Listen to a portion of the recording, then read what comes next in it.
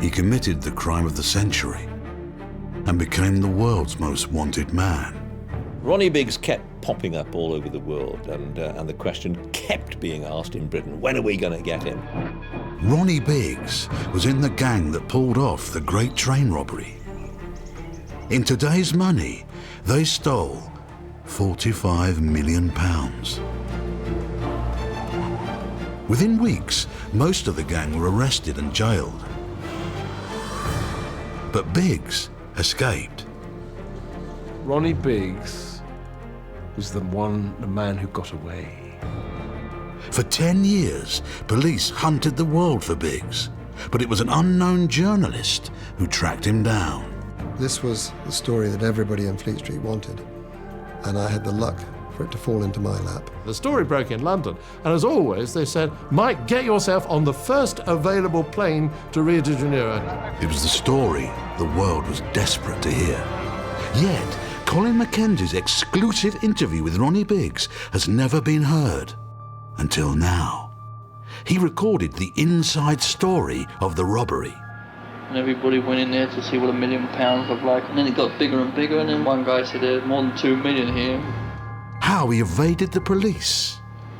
The pain was only initial, but the real pain began when I had the facelift. And his playboy lifestyle. Once again, it seems to be my fortune to meet chicks who just like to get as much as they can.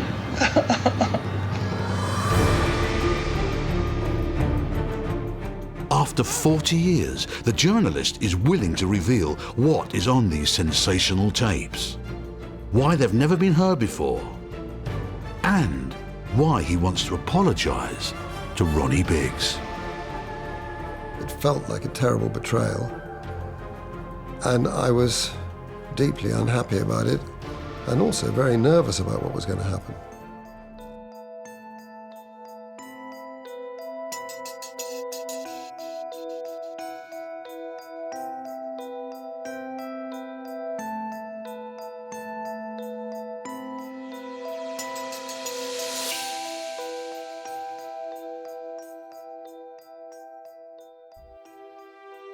A suitcase of memories, a collection of photographs, letters and tapes from one of the greatest newspaper scoops that never was. It lay forgotten in a loft for nearly 4 decades. When it was recently opened by its owner, he listened to the tapes, the first time they'd been played since 1974. It wasn't until I retired a couple of years ago that I thought it was interesting to listen to them again. I wasn't even sure what state they'd be in. But the tapes had been perfectly preserved and contained the first ever interview Ronnie Biggs gave. Listening to these tapes brings back all sorts of extraordinary memories of that event. This is like what no one knows about up until right now. We saw best part of a bottle of cognac. We were a bit jittery because like the whole gang of us could have got nabbed on this one. Yeah. Listening to the tapes that were made prior to his arrest remind me of what a tense and concerning time that was. The worry, the stress, the tension, all of it's there. The real story behind these tapes has become a legend amongst journalists. They all know about Ronnie Biggs and how Colin Mackenzie scooped the world. It all started with a chance meeting on the other side of the world, Rio de Janeiro.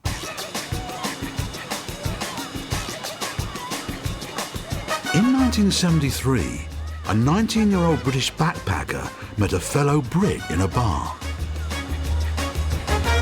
He said, "Are you from London?" I said, "I'm from London." "Where are you from?" I said, "I'm from Battersea." And that was it. That was the beginning. They agreed to continue the party at the man's apartment.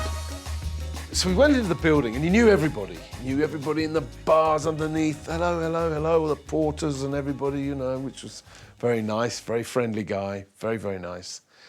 Anyway, we get into the lift, which he opens, which is one of those old-fashioned type with the two doors.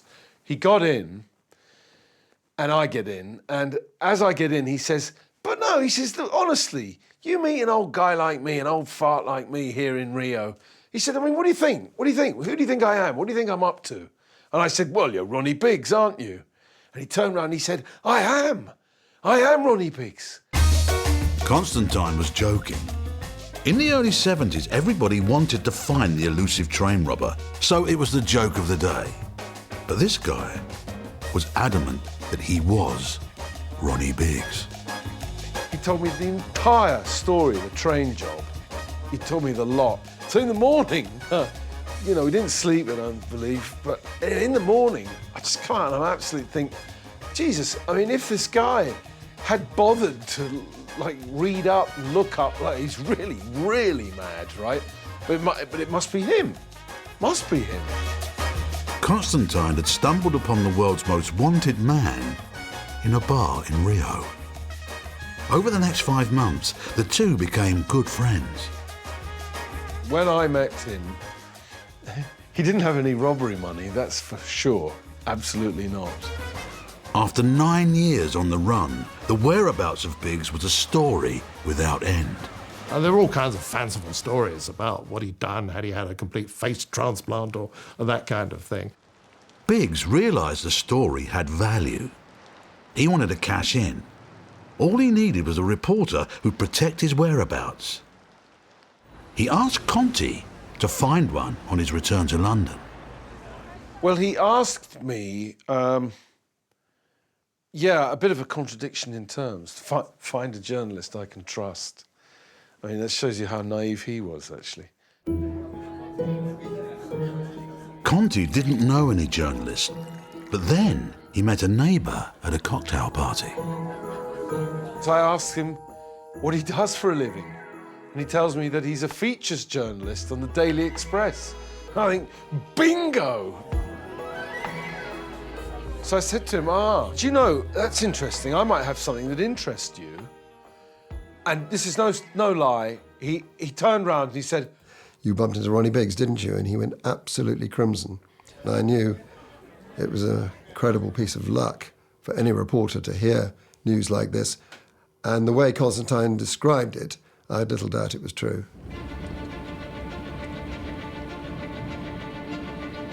Late one night, Colin took a taxi to his Fleet Street office. From there, he phoned Ronnie Biggs. I couldn't believe that I had the world's most wanted man on the end of the telephone. I also discovered from him that he was quite keen to give himself up and come back. I realized this would be the story of the decade.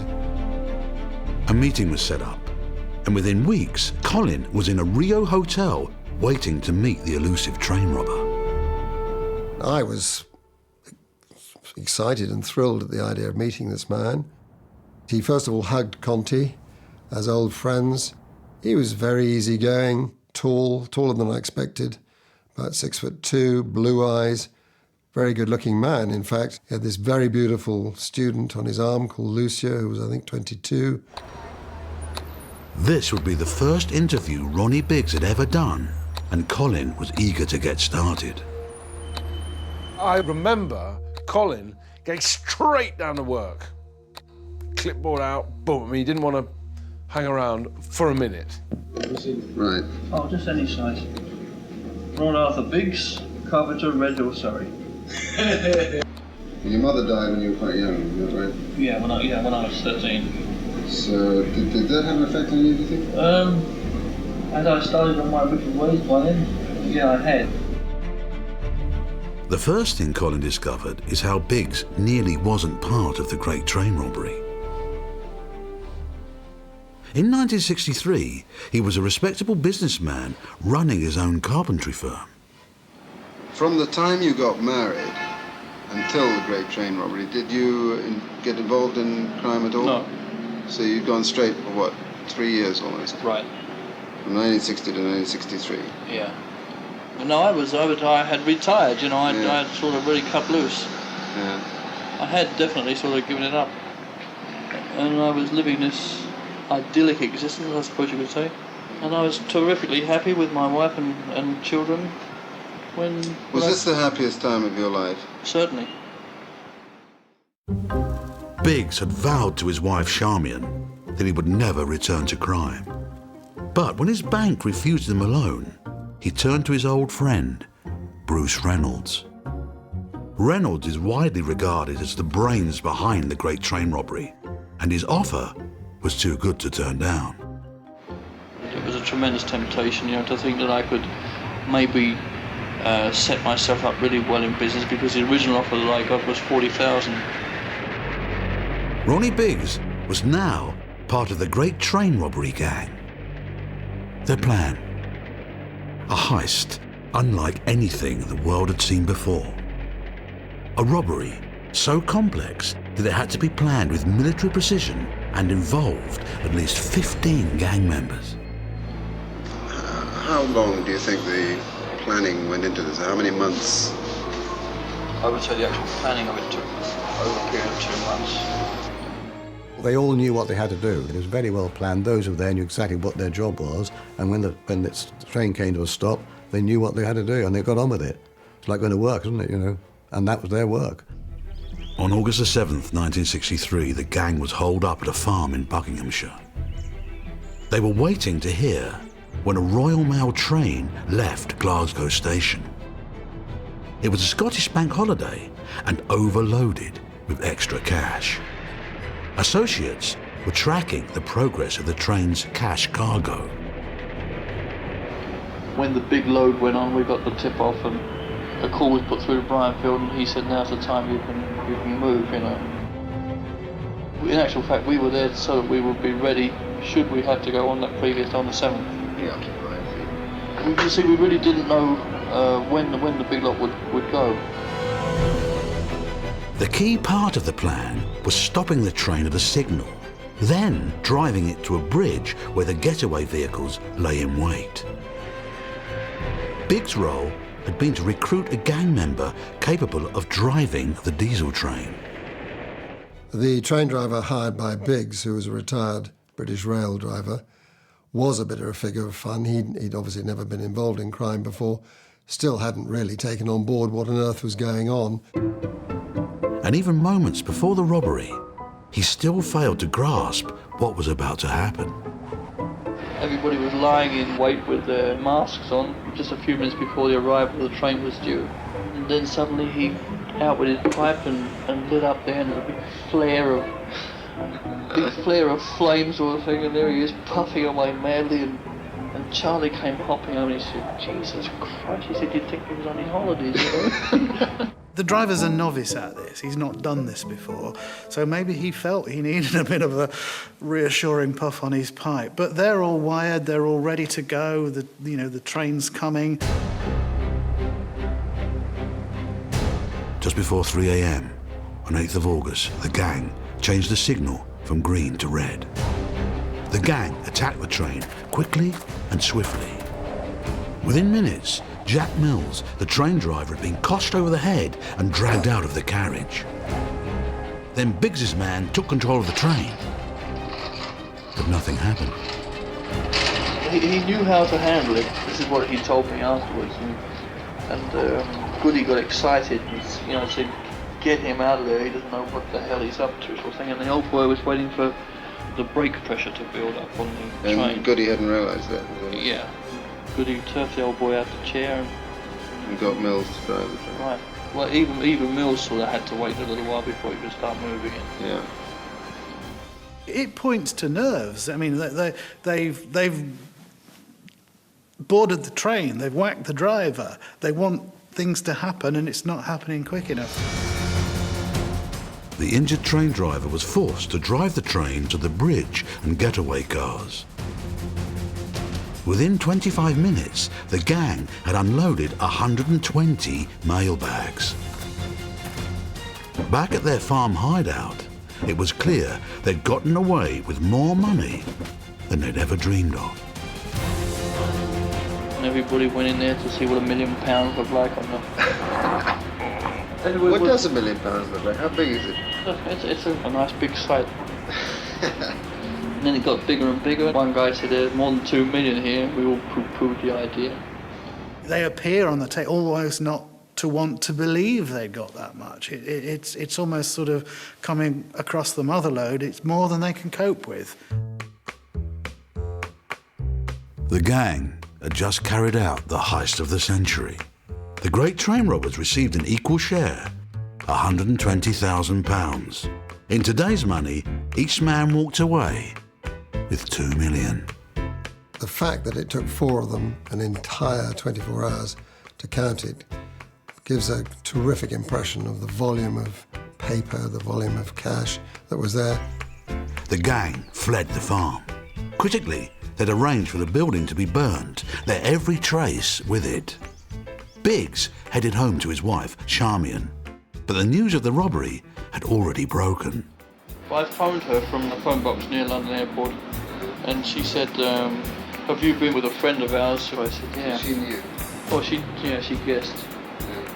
Despite having led a straight life for 3 years, Charmian suspected that her husband and Bruce Reynolds had been part of what the papers were already calling the Great Train Robbery. I was very concerned to know what her reaction was, whether she'd be angry with him or whether she'd be so overwhelmed with the volume of cash that had suddenly come into their lives to basically transform their lives and render it secure. And I carried my 2 bags of dough into the house. She said, is that all money? And I said, yeah, that's all money. Then we carried the bags up in the bedroom, or I did, and tipped down the bedroom floor and sort of sat down on the bed. How does it smell? It smells like old paper, I suppose. Dank. Yeah, dank, yeah. What was her reaction? Oh, she was terribly excited, naturally. I mean, who's not going to be excited at the sight of 120 grand, you know? A week later, the untouched farm provided a bumper harvest for forensics. Where it went wrong was the fault of the person who should have burnt the farm down. He didn't do it. If they had done it, I think that they'd probably very unlikely to be caught. The gang's hideout gifted cops a charge sheet of usual suspects. A large number of the gang had criminal records. They could very quickly work out who'd been there. At least half a dozen to 10 of them had left fingerprints and palm prints and other evidence of their presence at the farm. Biggs' fingerprints had been found on a bottle of tomato sauce and a Monopoly set. For the great train robbers, the game was nearly up. Your prints weren't found anywhere else, were they? No, only on the sauce bottle and the Monopoly set? Yeah. Have you ever had tomato sauce since? I played Monopoly since. Back at the hotel room in Rio, Colin had won Biggs' trust and was getting details never heard before. Now, this person who was paid in advance to burn the farm, doesn't he have a lot to answer for as far as you guys are concerned? Sure. Is he going to get a comeuppance? I mean, you know. Well, I don't know if he got his comeuppance. It's possible, you know. That thought sent a chill through Colin's veins. My heart was pumping. I have never known a more stressful time in my entire life. Days before Colin had flown out to meet Biggs, his boss at the Express had taken legal advice behind his back. Called the office lawyer, who was a straight fella, but lacking in imagination, an officer of the court, and he immediately fell back on the safe side and said, if you have reason to believe where a convicted felon who's on the run is hiding, it's your duty to inform Scotland Yard. For Colin to get his story, he had to play ball with the police and betray Biggs, breaking the unwritten code of Fleet Street that a journalist must never betray their source. I wasn't given any choice. What was agreed with the police was that I would have 4 days with Biggs prior to his arrest. Jack Slipper of Scotland Yard had been in pursuit of Biggs since his escape from prison in 1965. He planned to use Colin as the bait to snatch his nemesis. But Colin and his photographer had other plans. And we both agreed that we would probably tip Biggs off on the 3rd day and say, look, we have very good reason to believe the police were on our tail and we're planning to arrest him on the 4th day. but we would arrange an escape route if he wanted to take that way out.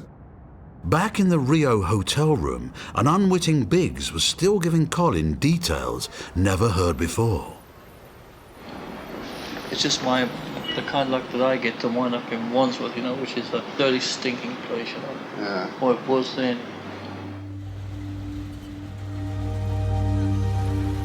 Ronnie Biggs was arrested less than 4 weeks after the robbery. It came as little surprise when the jury found him and 12 other gang members guilty. But what no one had anticipated was the length of the sentence, 30 years. It was a very serious offence which had to be put a stop to, and as Lord Justice Edmund Davis said, stealing the Queen's money is not good enough, you know, this has got to stop, hence 30 years. The fear in the authorities, I'm sure, would have been that if this one was to prove successful, you would have other people trying it. In those days, there was no parole. Biggs faced 3 decades at a prison he knew only too well. And that was Wandsworth a difficult prison to escape from? Really, yes. Yeah, but it turned out to be reasonably easy, yeah. 15 months into his sentence, Ronnie Biggs escaped. The manner of the breakout was humiliating for the prison service and the police. Biggs and fellow inmate Eric Flower climbed a rope ladder thrown over a 30-foot wall, then lowered themselves into a waiting furniture van. I know some people say, well, they must have had help inside. Well, I have no evidence of that, and I don't know whether that's right or wrong, but everyone must feel, well, he must have had help. Following the escape in July 1965, Biggs became Britain's most wanted criminal. He was high on the list of wanted men on the Interpol list. Every civilized country was looking for him, and he became a household name. Ronnie Biggs went into hiding. And for the first time, Peter Jones can reveal an unknown fact. Within days, Biggs' life on the run nearly came to an abrupt halt just 4 miles from Wandsworth Prison. I know who went to a block of flats in the area, and they were told to go by an informant, apparently, and they went to the 2nd floor. If they'd have gone to the 1st floor or the 3rd, I forget which way round it is now, Ronnie Biggs would not be known for what he's known for now, you know, as a great escapee. His face and name everywhere, Biggs couldn't risk staying in Britain. So, with the help of the criminal underworld, he used robbery money to buy an escape route and new identities for himself and fellow escapee Eric Flower. And then I eventually settled for a package deal which would get me and Eric to any destination we cared to name with 100% good passports, you know. Yeah. Ronnie Biggs would leave behind his family and most of the robbery money to live a life on the run. To evade the law, he would go to extreme measures.